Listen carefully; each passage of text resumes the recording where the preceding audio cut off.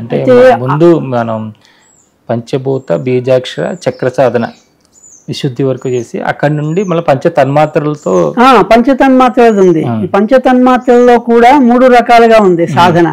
ఇప్పుడు పంచభూత సహజ ధారణలో పంచభూత ధారణలో 3 ఎలా చెప్పామో పంచతన్మాత్ర ధారణ బాగా గుర్తు చేసింది. పంచతన్మాత్ర ధారణలో కూడా 3 విధాలుగా ఉంది.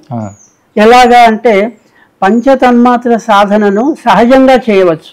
సహజంగా అంటే మనం ఏమి బీజాక్షరం తీసుకోము, స్థానం తీసుకోము, కేవలం మనసులో ఏమనుకుంటామంటే గంధం, భూమికి గంధ తన్మాత్ర, వాసన గురించి మనం పరిశీలిస్తే దృష్టి పెడితే ఏమిటి వాసన మీద దృష్టి పెడితే మనకు కొన్ని వాసనలు గుర్తుంటాయి.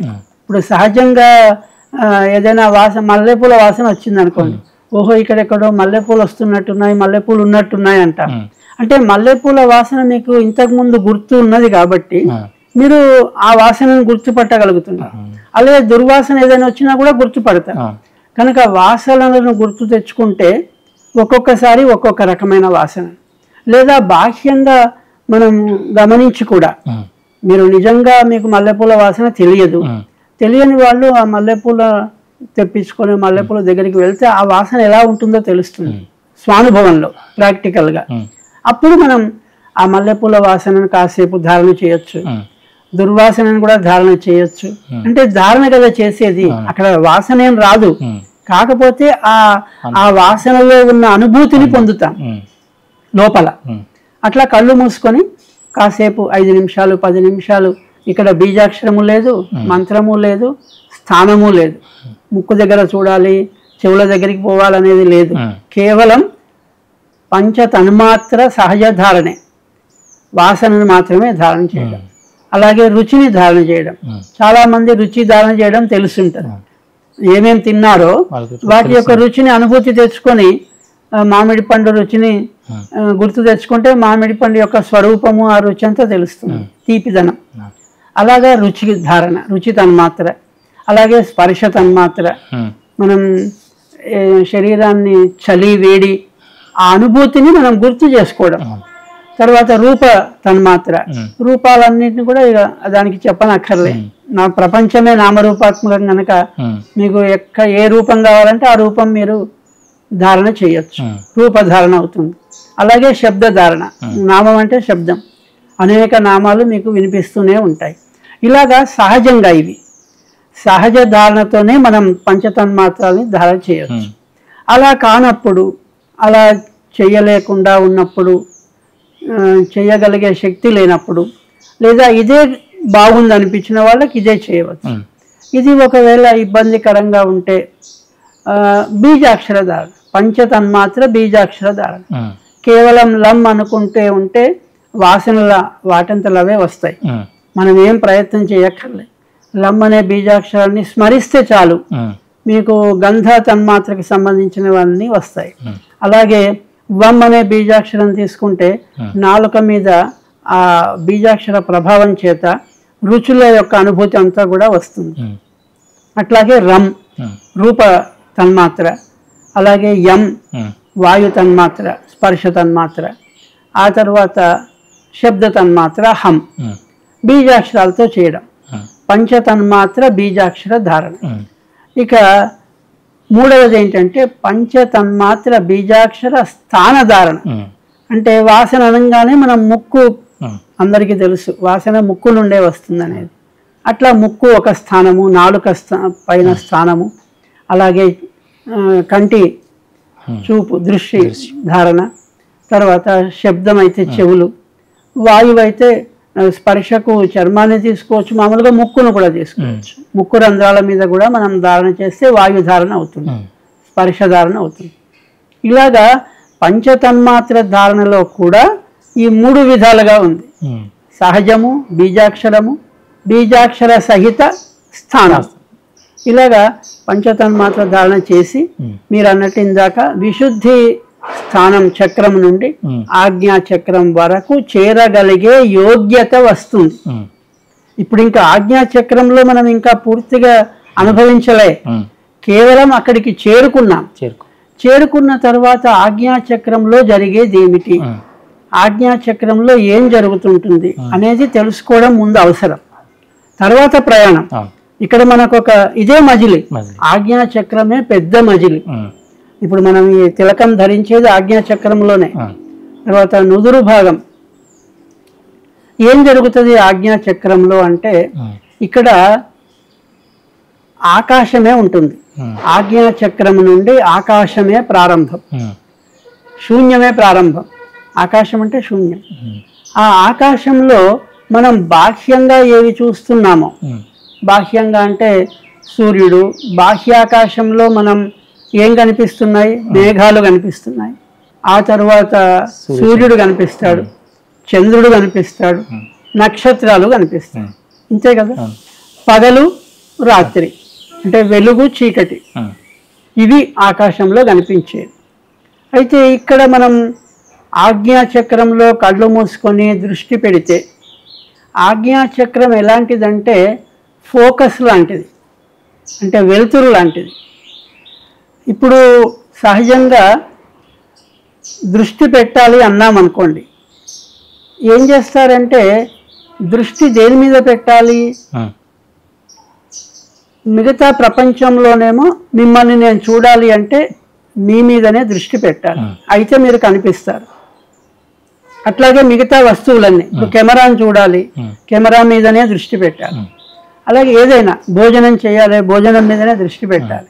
ఇలాగా ఈ బాహ్య ప్రపంచానికి సంబంధించినవన్నీ కూడా మనం దృష్టి వాటి మీదనే పెట్టాలి, అప్పుడే అవి వాటిని మనం అనుభవిస్తాం, కనిపిస్తాయి. ఆకాశంలో అలా కాదు. ఆకాశంలో ఏమిటంటే రివర్స్లో ఉంటుంది. ఇప్పుడు సూర్యుడు మనకు వెలుగునిస్తున్నాడు. సూర్యుని మీద దృష్టి పెట్టమంటే సూర్యుని చూడడం కాదు, వెలుగును చూడాలి.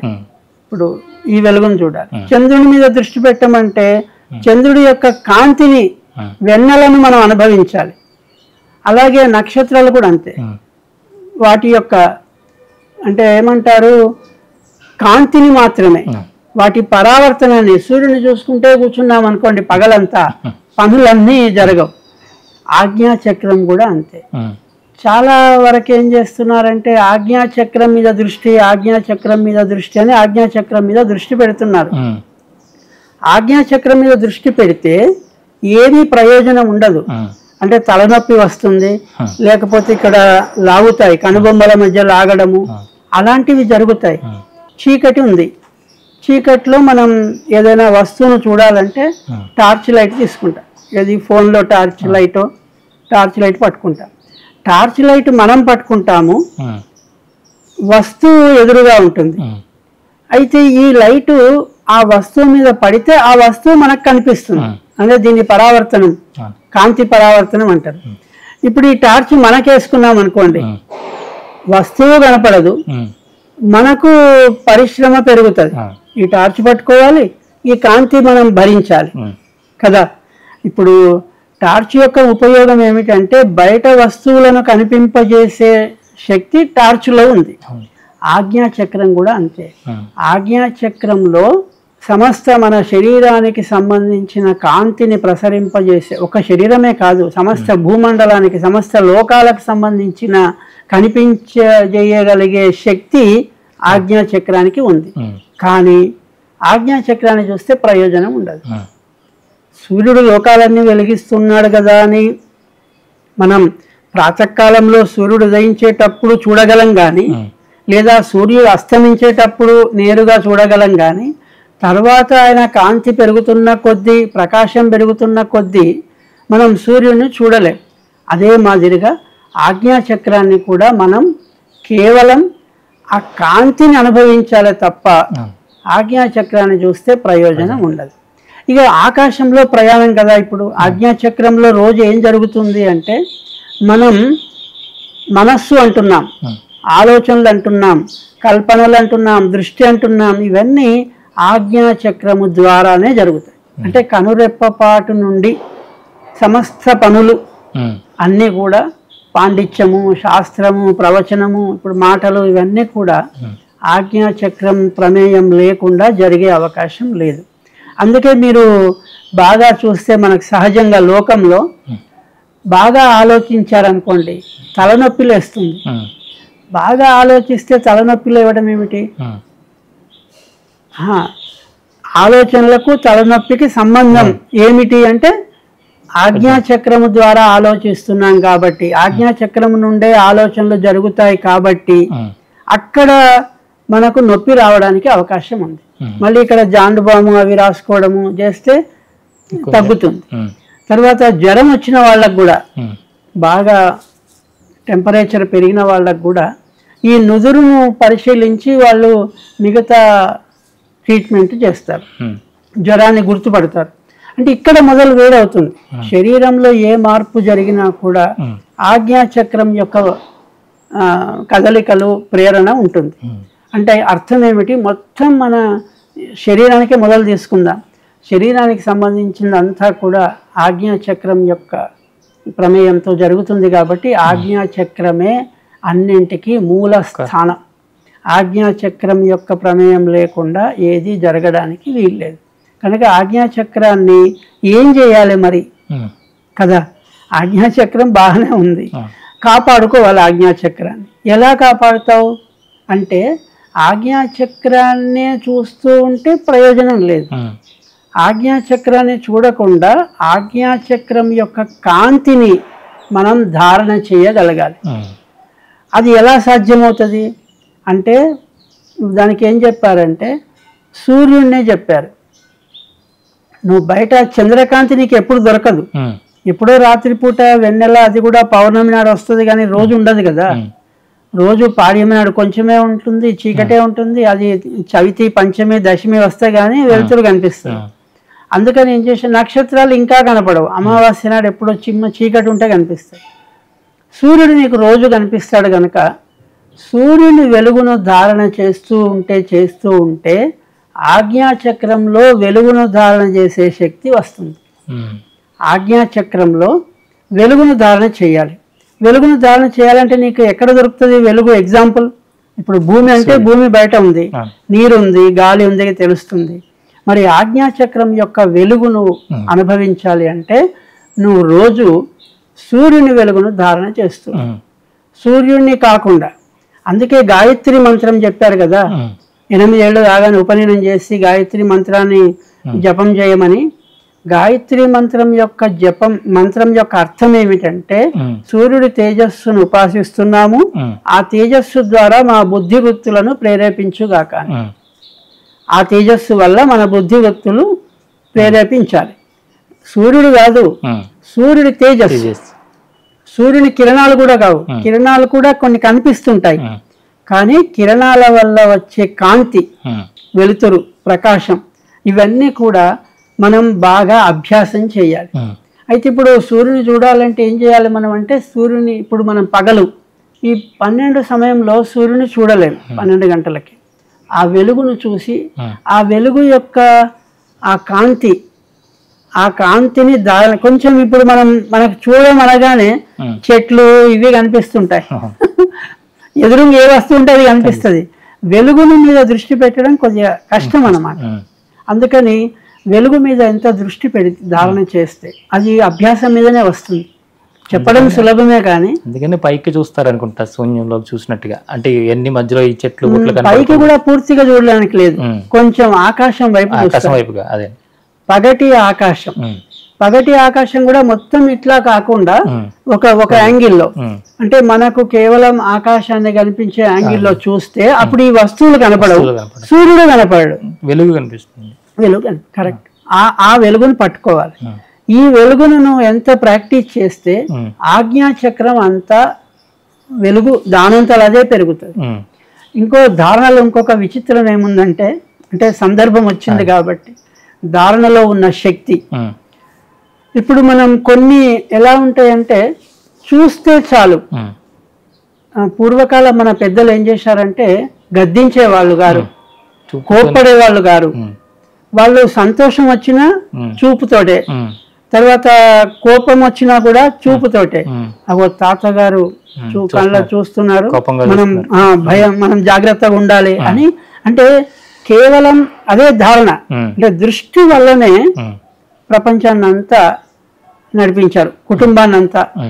అదే మాదిరిగా యోగేశ్వరేశ్వరుడు పరమశివుడు కూడా మన్మధుణ్ణి అంటే ఆ శక్తి ధారణకు, అంటే జ్ఞాననేత్ర ఆజ్ఞాచక్రము నుండి వచ్చే జ్ఞాన తేజస్సు మన్మధుణ్ణి కూడా భస్మం చేసింది.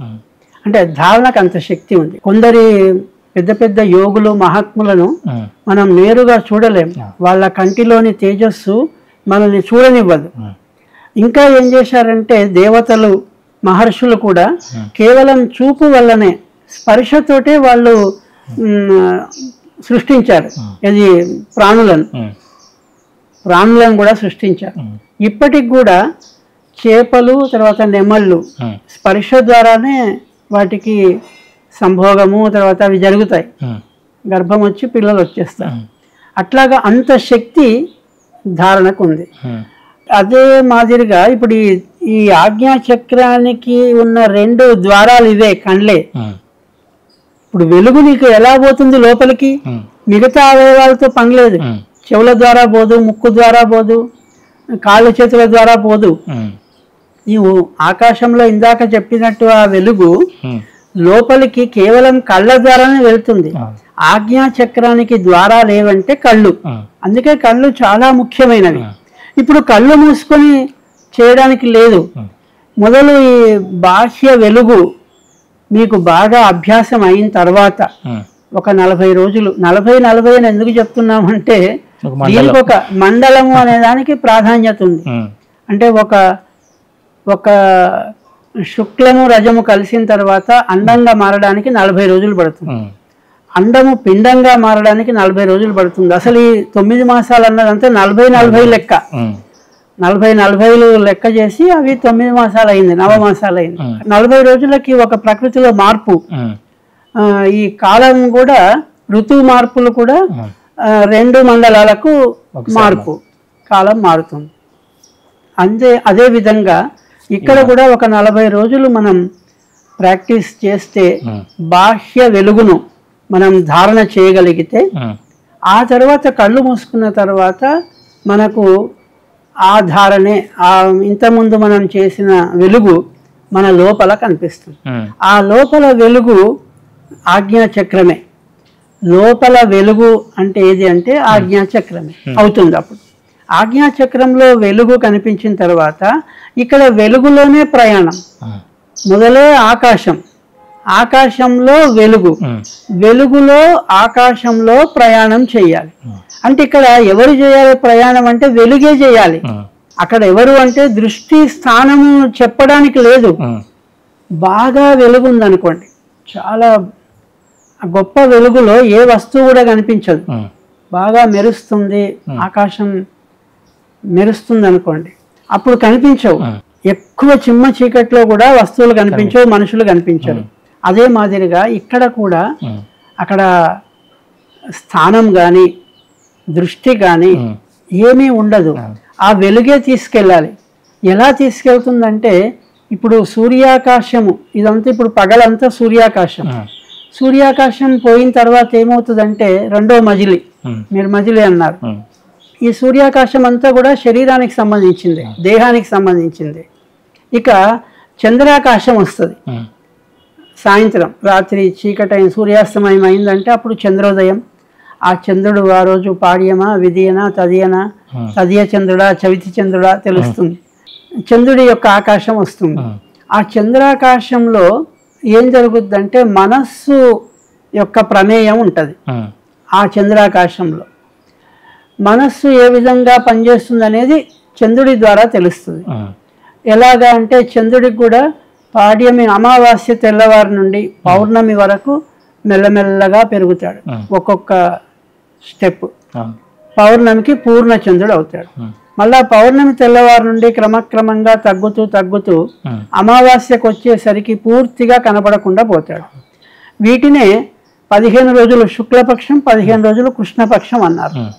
ఈ 15 రోజులు ప్లస్ పౌర్ణమితో పాటు అమావాస్య కలిపితే 16 అవుతాయి.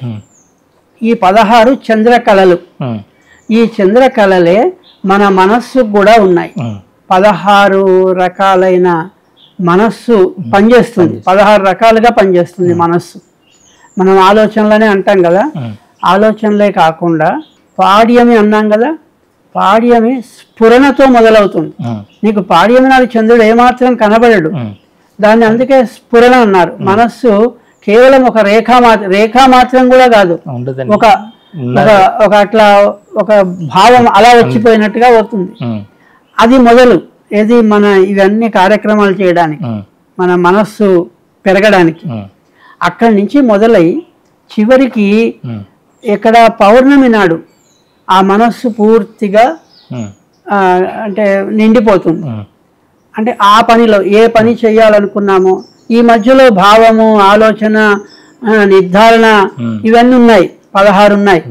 ఆ 15 అయిపోయిన తర్వాత 16 నాటికి వచ్చేసరికి మనస్సు మొత్తం ఆ కార్యక్రమంతో నిండిపోతుంది. ఏదైతే స్ఫురణ చేశామో ఆ స్ఫురణ పౌర్ణమి నాడు ఫలిస్తుంది. ఇక అమావాస్య నాడు పూర్తిగా మనస్సు మౌనంగా ఉండిపోతుంది, ఏమీ జడమైపోతుంది. అందుకే మనస్సును కూడా ఒక రకంగా జడమనే చెప్తారు. అంటే చైతన్యము ఆత్మ ద్వారా రావాల్సిందే.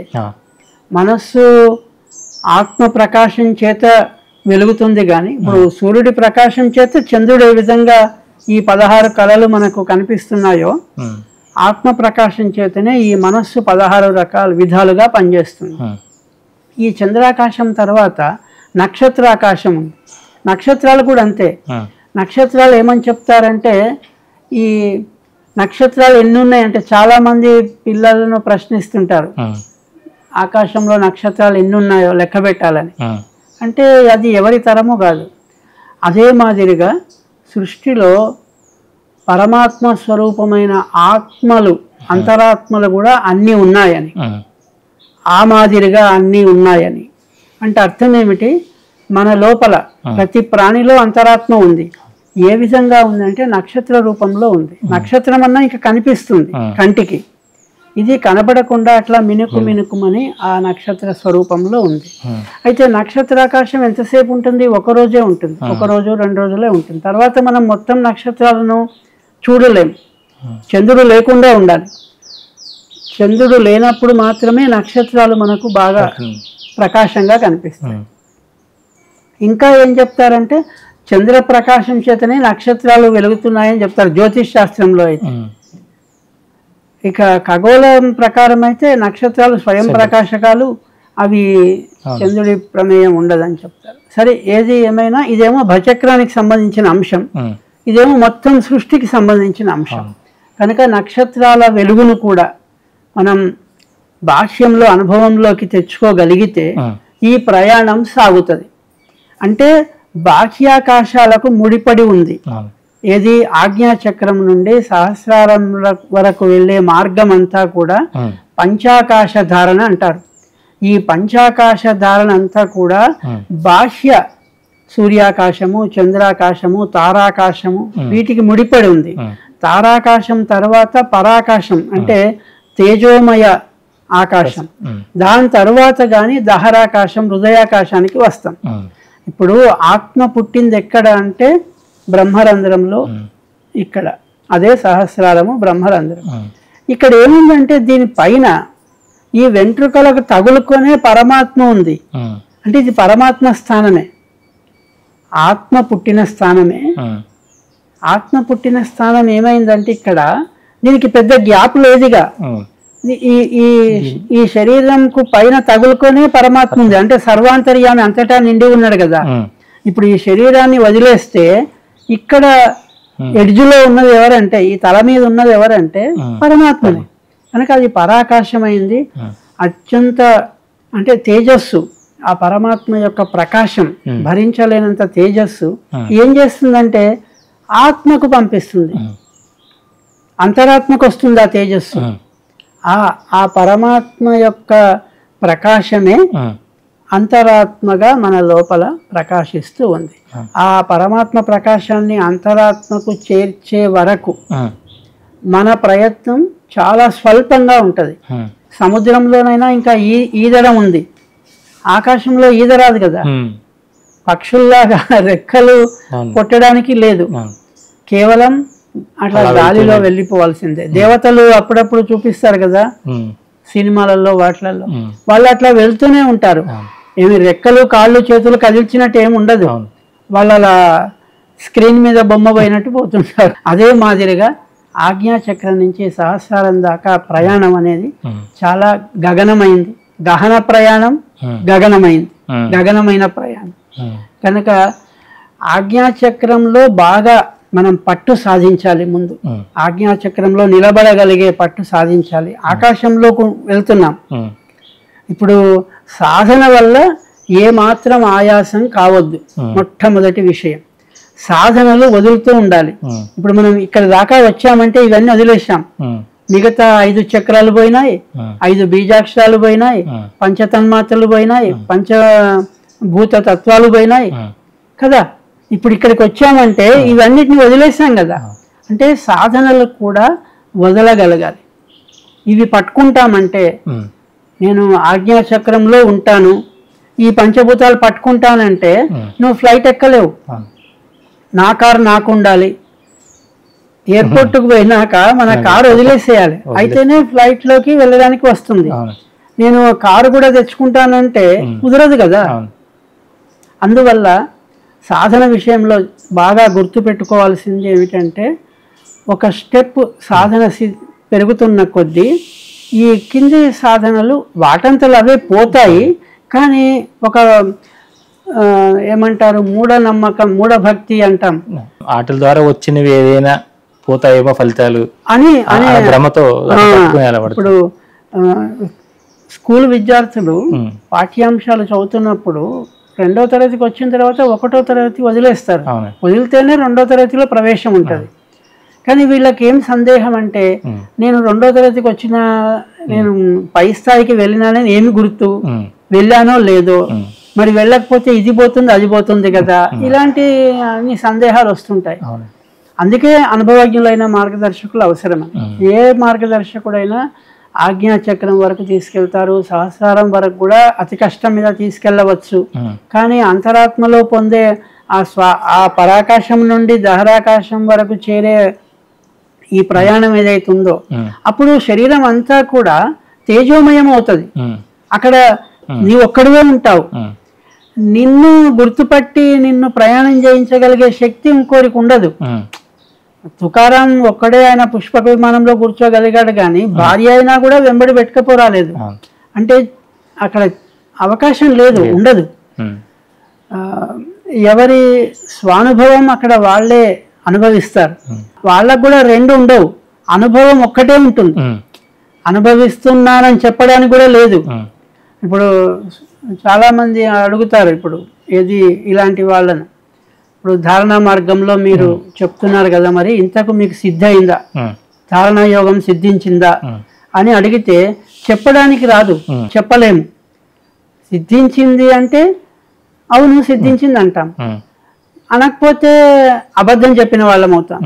సిద్ధించింది అంటే మరి చూపించమంటే చూపించరాదు. ఇప్పుడు మీరు భోజనం చేశారు లేదా టిఫిన్ చేశారు, చూపించమంటే ఎలా చూపిస్తారు?